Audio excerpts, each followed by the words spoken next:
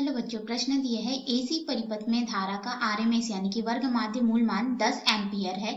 शिखर धारा कितनी होगी यानी कि आई नॉट का मान हमें बताना है। तो आइए हम लोग इस प्रश्न का उत्तर देंगे, लेकिन उससे पहले हम लोग यहाँ पे मुख्य अवधारणा देखेंगे जिसके आधार पे हम लोग इस प्रश्न का यहाँ पे उत्तर देंगे या प्रश्न को हल करेंगे। तो मुख्य अवधारणा क्या हो जाएगा, एसी परिपथ यानी कि प्रत्यावर्ती परिपथ हो गया। ठीक है, तो एसी परिपथ में हम लोग यहाँ पे देखेंगे धारा का जो आरएमएस मान और शिखर मान है इनमें संबंध।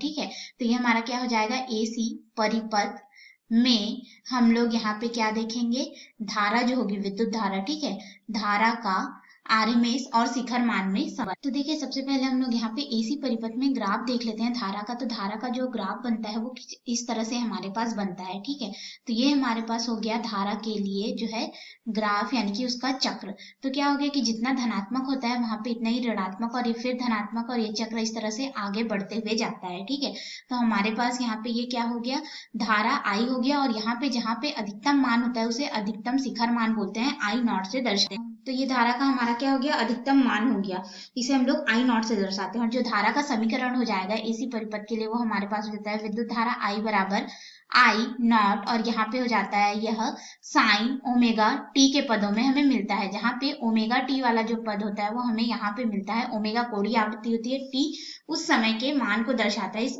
ग्राफ में। ठीक है, तो हमारे पास यहाँ पे ये जो शिखर मान हो गया इसे आई नॉट के रूप में दर्शाते हैं, और यह धारा का अधिकतम मान होता है। अब हम लोग यहाँ पे देखेंगे वर्ग माध्य मूल मान यानी कि आई आरएमएस मान को। ठीक है, रूट मीन स्क्वायर मान विद्युत धारा का। तो देखिए प्रत्यावर्ती धारा के अधिकतम मान को आयाम या शिखर मान कहते हैं, आई नॉट से दर्शाते हैं, ये हमने देख लिया। अब देखिए आरएमएस मान क्या होता है कि किसी भी चालक तार में जब हम लोग प्रत्यावर्ती धारा स्रोत या फिर धारा को प्रवाहित करते हैं तो उसमें उष्मा जो है उत्पन्न होती है।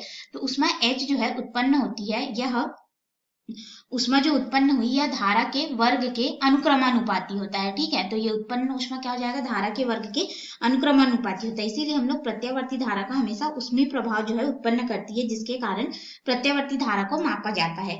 तो यहाँ हम लोग यहाँ पे क्या करेंगे कि जो प्रत्यावर्ती धारा का वर्ग माध्य मूल मान होगा वह एक पूर्ण चक्र में धारा आई के वर्ग के बराबर या फिर उसके माध्य के वर्गमूल के बराबर होता है। ठीक है, और इसे हम लोग क्या करते हैं कि जो आरएमएस मान होता है आई आरएमएस, इसको आई आरएमएस के रूप में दर्शाते हैं या फिर आई इफेक्टिव भी कहते हैं। और ये जो आई आरएमएस मान होता है इसको हम लोग और अच्छे से समझ सकते हैं, जैसे कि दिष्ट धारा लेंगे तो दिष्ट धारा लेंगे तो किस तार में एच उष्मा जो है उत्पन्न हो रही है, तो उतनी ही हम लोग क्या करेंगे, प्रत्यावर्ती धारा उसमें प्रवाहित करेंगे तो उतनी ही उष्मा जो है प्रवाहित मतलब कि उत्पन्न होगी।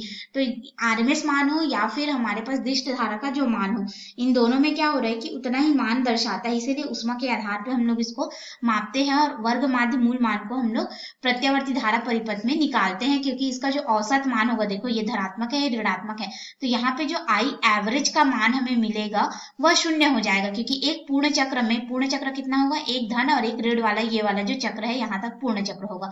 तो यहाँ पे धारा का औसत मान शून्य है, तो हम लोग औसत मान जो है प्राप्त करने के लिए वर्ग माध्य मूल मान को निकालते हैं, जो कि एक पूर्ण चक्र में धारा के वर्ग के बराबर हमें मिलता है। ठीक है, और ये जो हमारे पास होता है यह क्या हो जाता है, धारा का जो शिखर मान है बटे यहाँ पे हो जाता है वर्गमूल 2, क्योंकि हम लोग इसके वर्ग का क्या है माध्य निकाल रहे हैं, इसलिए वर्गमूल 2 से हम लोग इसको भाग करते हैं। तो ये हो गया हमारा समीकरण 1। अब इस मुख्य अवधारणा के आधार पे हम लोग अपने मुख्य प्रश्न में आते हैं और अपने प्रश्न को हल करते हैं। तो हमें यहाँ पे धारा का आरएमएस मान दिया गया है, आई आरएमएस का जो मान है वह दिया गया है 10 एम्पियर है, और हमें यहाँ पे शिखर मान जो है ज्ञात करना है। तो शिखर मान हम लोग समीकरण 1 की सहायता से निकाल सकते हैं। जो वर्गमूल 2 है उसको हम लोग इधर पक्षांतर कर देंगे तो हमें शिखर मान मिल जाएगा, यानी कि हमारे पास समीकरण 1 का परिवर्तित रूप उसका प्रयोग कर रहे हैं। तो ये कितना हो जाएगा, शिखर मान आई नॉट बराबर हमारे पास हो जाएगा आई आरएमएस और फिर यहाँ पे गुणित हो जाएगा वर्गमूल 2, और हमारे पास देखो क्या कि हम लोग को धारा का आरएमएस मान जो है वह दिया गया है 10 एम्पियर और शिखर मान निकालना है। तो आई नॉट बराबर हो जाएगा 10 एम्पियर गुणित यहाँ पे हो जाएगा वर्गमूल 2, यानी कि हमारे पास मान हो जाएगा 10 वर्गमूल 2 एम्पियर, या फिर इसी को हम लोग लिख सकते हैं, जो वर्गमूल 2 होता है इसका मान 1.414 होता है। तो ये हमारे पास हो जाएगा 10 गुणित 1.414, और फिर हमारे पास यहाँ पे शिखर मान जो है वो कितना हो जाएगा, 10 का गुणा कर देंगे तो ये हमें मिल जाएगा 14.14 एम्पियर के बराबर।